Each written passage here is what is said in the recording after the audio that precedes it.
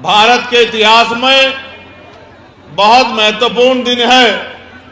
आज के दिन एक क्रांति सूर्य जो इसी मध्य प्रदेश की धरती से जन्मा था, 14 अप्रैल 1891 को वो सूर्य 6 दिसंबर 1956 को आज ही के दिन अस्त हुआ था। साथियों, इसलिए बड़े दुख का दिन है। मैं खुद की तरफ से, अपनी पार्टी की तरफ से, हमारे संगठन की तरफ से, एक एक कार्यकर्ता की तरफ से परम पूजनीय विश्व रत्न डॉक्टर बाबा साहब अम्बेडकर को अपनी आदरांजलि पेश करता हूं। और आदरांजलि पेश करने का मतलब ये नहीं है कि सिर्फ भाषण करके या नारा लगा के बात खत्म हो जाए। आज इस मध्य प्रदेश की धरती पे जब मैं सुबह पार्लियामेंट गया था बाबा साहब अम्बेडकर को नमन करने के लिए, तो ये संकल्प लेके वहां से चला था कि आने वाले कुछ सालों के बाद देश की संसद में एक अम्बेडकरवादी प्राइम मिनिस्टर बनकर जाएगा। ये संकल्प करके आज दिल्ली की पार्लियामेंट से निकला।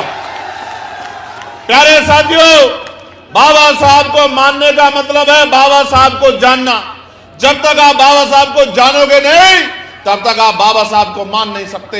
और उनको सच्ची आदरांजलि ये होगी कि आप बाबा साहब अम्बेडकर के विचारों को पढ़ें और उन विचारों पर चलने का काम करें। मैं जब जब मध्य प्रदेश आता हूं, मुझे मध्य प्रदेश से झोली भर भर के प्यार मिलता है, इसमें कोई दो राय नहीं है। देश में बड़े बड़े आंदोलन हुए, बड़े बड़े सम्मेलन हुए, लेकिन भोपाल जैसा सम्मेलन मध्य प्रदेश के अलावा कोई नहीं कर पाया। लेकिन सिर्फ भोपाल के सम्मेलन से बात आगे नहीं बढ़ेगी। मैं आज के कार्यक्रम की शुरुआत उस शपथ से करूंगा जो शपथ अभी पश्चिम उत्तर प्रदेश के 3 मंडल की सभा करके हम लोगों ने लिया था। महत्वपूर्ण दिन है। मैं आपसे आग्रह करूंगा जो जिस स्थान पे है वो वहीं से हाथ को ऐसे आगे करे, और मेरे साथ जो मंच पर उपस्थित है हमारे नेतागण, उनसे भी आग्रह करूंगा कि वो भी अपना हाथ सामने करके मेरे साथ संविधान की शपथ ले। हम भारत के लोग भारत को एक संपूर्ण, प्रभुत्व संपन्न, समाजवादी, पंथ निरपेक्ष, लोकतंत्र में गणराज्य बनाने के लिए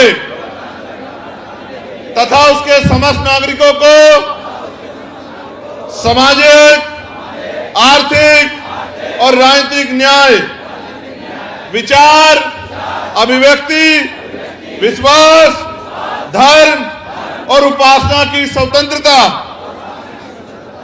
प्रतिष्ठा और अवसर की समता प्राप्त कराने के लिए तथा उन सब में व्यक्ति की गरिमा और राष्ट्र की एकता और अखंडता सुनिश्चित करने वाली बंधुता बढ़ाने के लिए हम सभी संविधानवादी आज 6 दिसंबर 2025 को बाबा साहब अम्बेडकर के परिनिर्वाण दिवस पर इस अवसर पर इस ऐतिहासिक संवैधानिक अधिकार बचाओ जनसभा में, श्रद्धांजलि सभा में परम पूजनीय बाबा साहब अम्बेडकर द्वारा लिखित हमारे पवित्र संविधान के प्रति अटूट निष्ठा प्रकट करते हुए ये शपथ लेते हैं कि हम संविधान के मूल स्वरूप, लोकतांत्रिक आदर्शों, वैज्ञानिक चेतना और समता मूलक व्यवस्था को सुरक्षित, संरक्षित, सशक्त बनाए रखने के लिए दृढ़ संकल्पित हैं। जय भीम, जय भारत, जय संविधान, जय मंडल, जय जोहार। प्यारे साथियों, समय की बाउंडेशन लगी हुई है, समय की बाउंडेशन है, लेकिन अगले 20 मिनट मैं आपसे बात करूंगा। और आप जानते हैं ऐसी ही बाउंडेशन पार्लियामेंट में भी समय की मेरे ऊपर रहती है, लेकिन फिर भी उस निश्चित समय में ही आपके मुद्दों को और आपके साथ जो जुल्म जाति अन्याय अत्याचार देश भर में होता है, उस आवाज को उठाने का काम मैं निश्चित समय में करता हूं। आज भी कोशिश करूंगा कि जो बात कहने यहां आया हूं वो बात आपको सुनाकर जाऊं, और सिर्फ सुनाकर नहीं जाऊं, आपसे आशा उम्मीद करता हूं कि आज से आप उस बात पे पहरा देके उस बात को मजबूत करने का काम करोगे। करोगे नहीं करोगे जरा बताओ। प्यारे साथियों, मैं उन तमाम संतों, गुरुओं, महापुरुषों को याद करता हूं जिनकी तस्वीरें यहां लगी हैं, और इसलिए याद करता हूं कि उन तमाम महापुरुषों ने अपने जीवन का क्षण क्षण हम कमजोर वर्गों के लोगों को मुख्य धारा में लाके स्वाभिमान सम्मान का जीवन देने के लिए लगा दिया। सम्मानित बंधुओं, बहुजन समाज के पहरेदारों, महसूस करके देखो जिस महापुरुष का परिनिर्वाण आज मना रहे हैं, क्या बीती होगी उन पे जब उन्होंने अपने 4-4 बच्चों को इसलिए कुर्बान कर दिया कि कल आने वाला हमारा जीवन सम्मान का जीवन हो, अधिकार का जीवन हो। याद करके देखो, याद करके देखो, महसूस करके देखो। अगर एक छोटा सा कट लग जाता है, थोड़ा सा खून निकल जाता है, हाथ जल जाता है, उंगली जल जाती है, कोई एक शब्द कह देता है, तो हम पे क्या बीतती है जब हमारे ऊपर दर्द आता है। महसूस करके देखो जिनके बच्चे बलिदान हो गए और उनसे उनकी पत्नी ने कहा कि बाबा साहब आप तो कहते थे कि राज रतन राज करेगा, राज रतन तो इस दुनिया में भी नहीं रहा। तो बाबा साहब अंबेडकर ने क्या कहा कि एक राज रतन की परवाह करूंगा तो करोड़ राज रतन इसी तरह से मर जाएंगे, मुझे एक राज रतन की नहीं, अपने करोड़ों बच्चों की चिंता है। ऐसे बाबा साहब अंबेडकर का परिनिर्वाण दिवस जो मध्य प्रदेश में पैदा हुए, महाराष्ट्र में काम किया, देश के कोने कोने में गए, विदेशों में जाके, गोलमेज कॉन्फ्रेंस में जाके आपके मेरे अधिकार के लिए लड़े। और मैं आपको बताना चाहता हूं, मध्य प्रदेश ही क्यों, देश में कहीं भी एक बड़ी आदरांजलि सभा हो सकती है, मध्य प्रदेश ही क्यों? क्योंकि लगातार मध्य प्रदेश से भाई दामोदर जी, भाई रविंद्र भाटी जी, भाई विनोद जी, लगातार मध्य प्रदेश से एक षड्यंत्र चल रहा है, और वो षड्यंत्र आज उसको बेनकाब करने के लिए आपके बीच में हूं। ये वही इंदरगढ़ है जहां कुछ दिन पहले हमारे भाइयों पे हमला करने की जरूरत की गई थी। ये वो इंदरगढ़ है, मैं इस बात को जानता हूं। और हमला करने वाले भी हमारी ताकत को जानते हैं, वो बेवकूफ नहीं है, हमारी ताकत को जानते हैं। मुट्ठी भर लोग हैं, मैं उनको जानता हूं। अगर एक जोर से आवाज लगा दी तो भग्गी मच जाएगी, मैं इस बात को भी जानता हूं, मैं अपनी क्षमता को जानता हूं। प्यारे साथियों, गौर से सुनो कि क्या षड्यंत्र है। षड्यंत्र ये है कि इस देश को जो मजबूत करता, अखंड बनाता, वो भारत के संविधान को कमजोर करने का षड्यंत्र किया जा रहा है। उस संविधान को कुचलने का षड्यंत्र किया जा रहा है, और देश जानता है, विरोधी जानता है, दुश्मन जानता है, जब तक बाबा साहब को मानने वाले हैं, जब तक फूले को मानने वाले हैं, जब तक साहू को मानने वाले हैं, जब तक इन बहुजन महापुरुषों को मानने वाले लोग हैं, तब तक वो लोग इस काम को नहीं कर सकते। इसलिए जानबूझ के वो अंदर अंदर एक आंदोलन चला रहे हैं कि बाबा साहब अंबेडकर अगर संविधान निर्माता नहीं रहेंगे, इस बात को लोगों के अंदर बात चली जाए तो आप महसूस करना कितनी गहरी बात बता रहा हूं।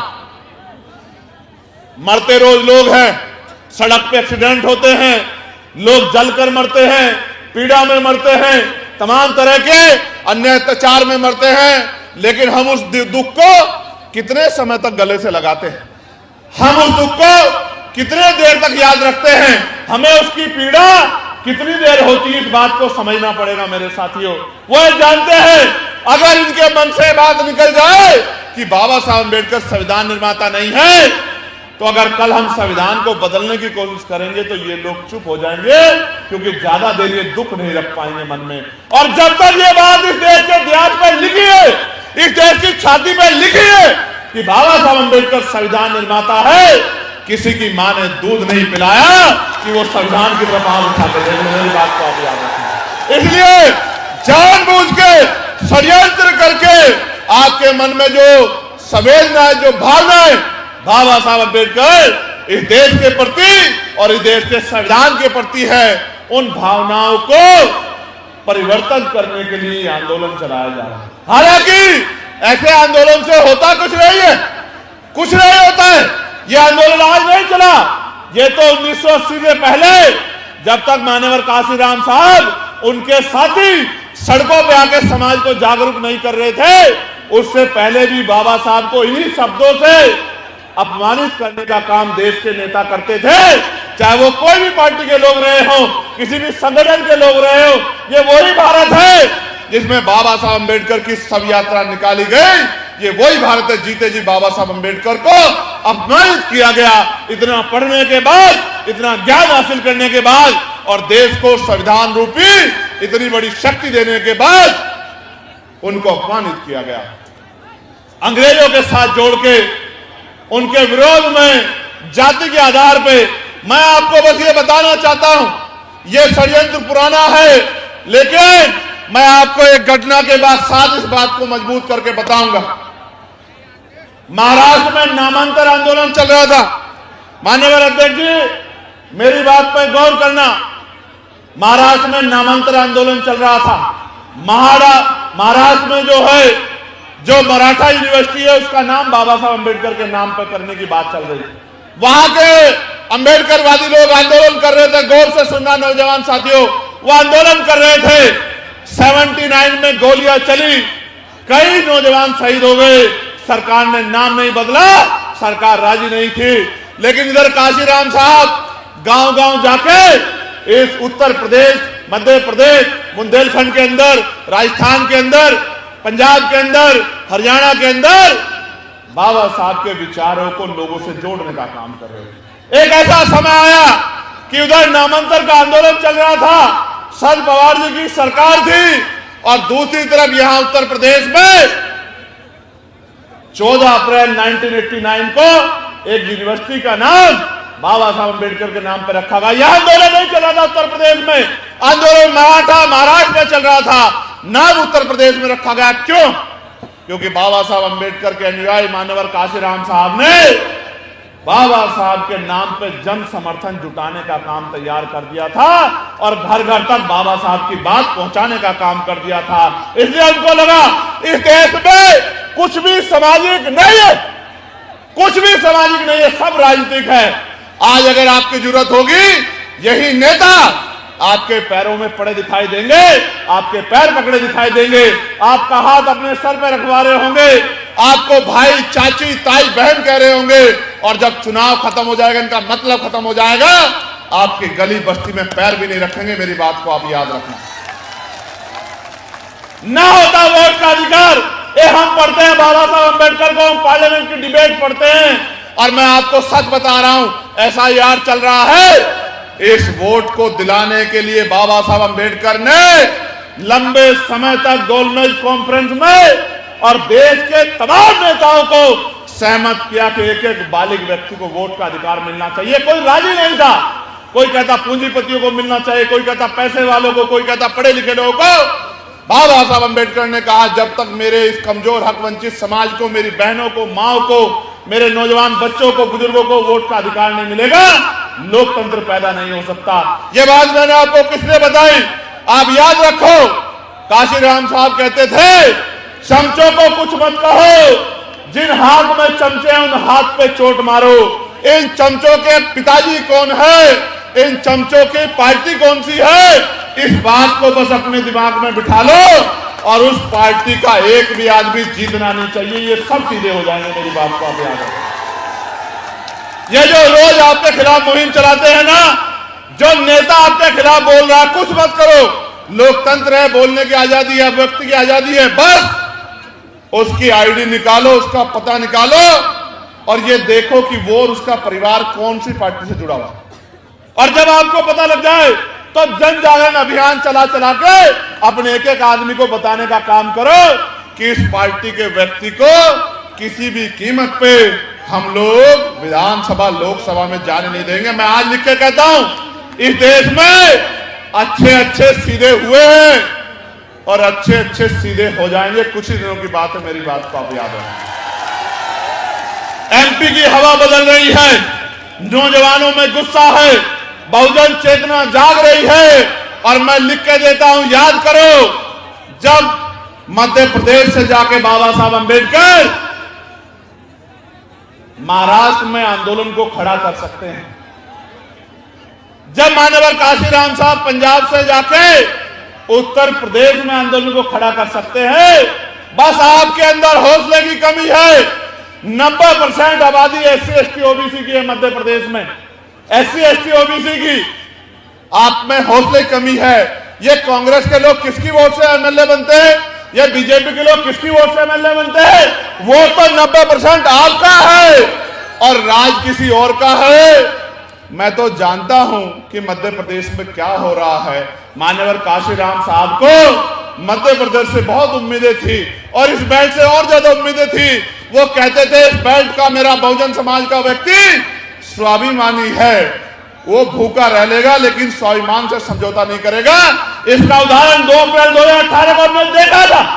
2 अप्रैल 2018 को हमने इसका उदाहरण देखा था जब मेरे नौजवान भाइयों ने पूरे देश को बताने का काम किया था कि ये ग्वालियर, चंबल संभाग, रीवा संभाग किसी से झुकने दबने वाला नहीं है।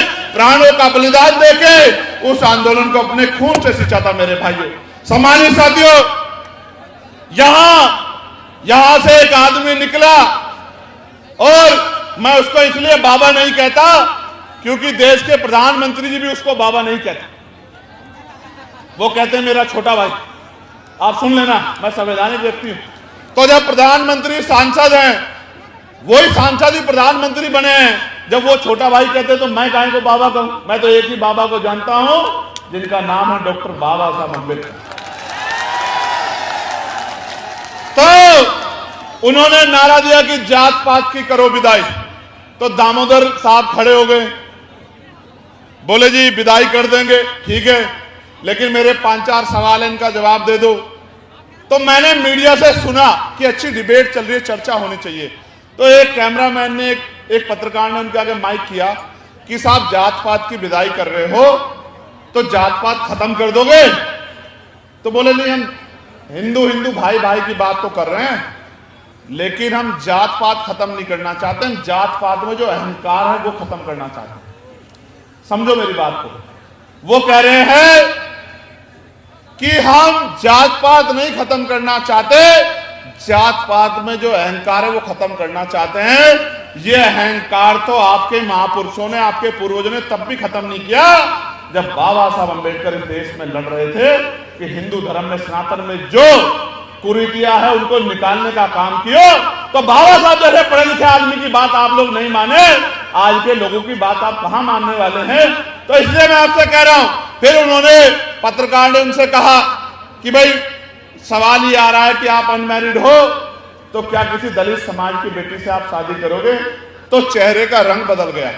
और यही बात, भाई भाई की बात, जब हमारा IAS है यहाँ संतोष वर्मा, जब उसने की कि भाई आप हिंदू भाई भाई की बात कर रहे हो, गौर से सुनो, ताली बल बजाओ, गौर से सुनो, कान खोलो अपने। मैं भी मध्य प्रदेश पे निगाह बना के बैठा हूं, मेरा ध्यान ऐसा नहीं मध्य प्रदेश पे नहीं है। और मैं ये बताना चाहता हूं तमाम पार्टी के उन नेताओं को जो इकट्ठे होकर कह रहे हैं संतोष वर्मा को ये कर देंगे, वो कर देंगे, कितने संतोष वर्मा को क्या करोगे? कल हर घर से संतोष वर्मा निकलेगा, दामोदर मंडल निकलेगा, रविंद्र भाटी निकलेगा, देखूंगा कितने लोगों को आप क्या करेंगे। तो उन्होंने क्या कहा? उन्होंने कहा कि जब तक हिंदुओं में रोटी बेटी का रिश्ता नहीं होगा, इसी बात को बाबा साहब अंबेडकर कह रहे थे, इसी बात को संतराम BA प्रजापति कह रहे थे, जात पात कोडक मंडल में, इलेक्शन ऑफ कास्ट में, वो भी यही कहते कि तभी तो भाईचारा बनेगा जब जातियों को तोड़ के आप शादियां करोगे। भाई संतोष वर्मा जी ने कहा मैं भी हिंदू और दूसरी जाति के बारे में कहा आप भी हिंदू, और जब तक इनमें रोटी बेटी का रिश्ता नहीं होगा तो भाई कैसे भाईचारा बन जाए, कैसे हिंदू एकता आ जाएगी? तो जैसे कहा तो सारे लोग खड़े हो गए, सारे लोग खड़े हो गए, और खड़े होके कोई उसका पुतला फूंकता है, कोई उसको पीटने की बात करता है, सस्पेंड करा दिया। कल भी मैंने एक नेताजी को सुना भाजपा के कि हम इसको ये कर, निकल जाओगे आप लोग, उसको निकल जाओ, हम देख लेते हैं, जाओ, हम खड़े आदिवासी समाज के लोग, जाओ निकल जाओ, हम देख लेंगे बहुजन समाज के लोग, अगर आप में हिम्मत है तो। मैं आपको स्पष्ट कर रहा हूं, ये इनका नारा सच्चा है, लेकिन चुनाव से पहले मैंने कहा ना, कुछ भी सामाजिक नहीं है, सब कुछ राजनीतिक है। चुनाव से पहले ये नारा सच्चा है और चुनाव के बाद ये नारा खोखला है। फिर चुनाव के बाद कुशवाहा के सर पे पेशाब भी यही करेंगे, कुशवाहा को जूता भी यही चटवाएंगे थूक। पाल बघेल को जो है, अगर वो कथा करेगा तो उसको पीटने का काम भी करेंगे और बारात रोकने का काम भी करेंगे और तमाम तरह का उत्पीड़न करने का काम करेंगे और आरक्षण के नाम पे गाली देने का काम करेंगे और चुनाव में आपके पैरों में ऐसे पड़ के आपसे वोट लेने का काम करेंगे। आपको समझदार बनना होगा। मैं आज कह रहा हूं, आप हिम्मत बढ़ाओ। हम अम्बेडकरवादी लोग तो सीना तान के खड़े हैं। मैं दामोदर मंडल को कहना चाहता हूं, मैं सुनील बैरट से आप कहना चाहता हूं, मैं सुनील अस्ते कहना चाहता हूं, सत्येंद्र विद्रोह अनिल गुर्जर को कहना चाहता हूं, रामप्रीत को कहना चाहता हूं, आर.डी. प्रजापति जी को कहना चाहता हूं, निकलो घर से और बहुजन समाज में भाईचारा बनाओ। हम तो बनाने वाले लोग हैं, आपके पीछे खड़े होके आपको मध्य प्रदेश की कुर्सी पर बिठाने का काम करेंगे। मेरी बात को आप याद रखें। मैं आपको बहुत जिम्मेदारी से कह रहा हूं मेरे लोगों, सुनो। कोई कहता है नीले कबूतर हैं, नीले कबूतर नहीं, बाबा साहब अंबेडकर के नीले बाज है। मेरी बात को याद रखना। और बाज जब शिकार करता है ना, तो वहीं से उठा लाता है जहां छिप के बैठा होता है उसका। देखो, हमारी लड़ाई संवैधानिक है। वो आपको उकसाने का काम करेंगे, आपको आपके काम से भटका के, इस तरह की प्रेस वार्ता करके, कोई शब्द कह के आपको आपका ध्यान आकर्षित करने का काम करेंगे। इन पे ध्यान नहीं देना है, ये जानबूझ के कर रहे हैं। क्यों? क्योंकि ये जान रहे हैं कि यहां कमजोर वर्गों में एकता बन रही है, लीडरशिप खड़ी हो रही है, आंदोलन मजबूत हो रहा है और ये जानबूझ के आपको रास्ते से भटकाने का काम कर रहे हैं। इनको इनके हाल पे छोड़ दो और जिस दिन राजकाज बनेगा, ये सारे लोग वहीं होंगे जहां इनको होना चाहिए। प्यारे साथियों, मैं एक बड़े नेता हुए हैं जिनको लौह पुरुष सरदार वल्लभ भाई पटेल कहा जाता है। भाटी जी, मेरी बात पर गौर करना। लौह पुरुष सरदार वल्लभ भाई पटेल, और उनसे कहा जाता है देश की अखंडता में, देश को एकजुट करने में उनका सबसे बड़ा रोल है रियासतों को मिलाने में। उनका बयान क्या था हिंदू राष्ट्र पे, ये बस मैं आपको पढ़ के सुनाना चाहता हूं। जब उन्होंने आरएसएस को बैन किया तो उन्होंने कहा, उन्हीं की मूर्ति लगाई है ना, बहुत ऊंची मूर्ति सरदार पटेल साहब की। उन्होंने कहा हिंदू राष्ट्र की सोच एक पागलपन है और जो हिंदू राष्ट्र की मांग कर रहे हैं वो नादान बच्चे हैं। ये मैं नहीं कह रहा हूं। कौन कह रहा है? कौन कह रहा है? कौन कह रहा है? लौह पुरुष सरदार वल्लभ भाई पटेल कह रहे हैं कि हिंदू राष्ट्र की बात करना, हिंदू राष्ट्र की सोच रखना, ये एक पागलपन है। तो आज जो इस बात को कर रहे हैं, क्या वो सरदार पटेल के खिलाफ है? बाबा साहब अंबेडकर ने कहा कि ये देश जब तक संविधान है कभी हिंदू राष्ट्र नहीं बन सकता। तो जो हिंदू राष्ट्र बनाने की बात कर रहे हैं, वो इस संविधान को कुचलने की तो बात कर रहे हैं। मैं आपसे पूछना चाहता हूं, क्या आप चाहते हैं हिंदू राष्ट्र कुचला जाए, संविधान कुचला जाए? मैं आपसे पूछना चाहता हूं, दोनों हाथ उठा के बताओ, क्या आपके होते कोई संविधान को कुचल सकता है? कुचल सकता है किसी की मजाल? बहुत अच्छे, मैं आपको यही बता रहा हूं, बड़े बुरे हालात। आपको याद होगा, राजनीतिक लड़ाई बता रहा हूं, गौर से सुनना। मध्य प्रदेश के हमारे लीडर तमाम सारे 2018 में यहां के लोगों ने भारतीय जनता पार्टी से मुक्ति लेने के लिए कांग्रेस की सरकार बनाने का काम किया था ना। कांग्रेस की सरकार भी बन गई, सरकार चल भी रही। विचारधारा कितनी इंपॉर्टेंट है इस बात को आप समझना, कितनी महत्वपूर्ण है विचारधारा। एक नेताजी अपने 20 साथियों को लेके भारतीय जनता पार्टी में चले गए, कांग्रेस की सरकार बन गई। आप समझो, आप जिनको बीजेपी के विकल्प में वोट देकर जिताते हो, ये सब यही थे जब बाबा साहब अंबेडकर आपके लिए खून के आंसू अपनी आंखों से लहू के रूप में बहा रहे थे। बाबा साहब जब बहा रहे थे, यही थे वो लोग जिन्होंने बाबा साहब अंबेडकर को कॉन्स्टिट्यूशन असेंबली में ना जाने दिया जाए, इसके लिए तमाम तरह के प्रयास किए। आप इनको विकल्प मानते हो, इतना कमजोर है यहाँ विपक्ष। मैं आज आपसे कह रहा हूं, अगर यहां कोई भविष्य विकल्प बनेगा तो इस एकता के जरिए आजाद समाज पार्टी भारतीय जनता पार्टी का विकल्प बनेगी। और जब आजाद समाज पार्टी 90% बहुजनों को एक करके चलेगी तो मैं आपको लिख के देता हूं कि ना सम्राट मीर वोट 3 में होंगे वहां, और ना ही पिछड़े वर्ग को जो 27% संवैधानिक मिला है वो 27% कोई छीन पाएगा। मेरी बात को याद रखना। भारतीय जनता पार्टी पिछले 20 साल से पिछड़े वर्ग के हमारे परिवार के व्यक्ति को मुख्यमंत्री बनाती है ना। यहां क्यों बनाती है? खुशी से नहीं, क्योंकि वो जानती है कि पिछड़े वर्ग के लोग संख्या यहां ज्यादा। लेकिन एक बात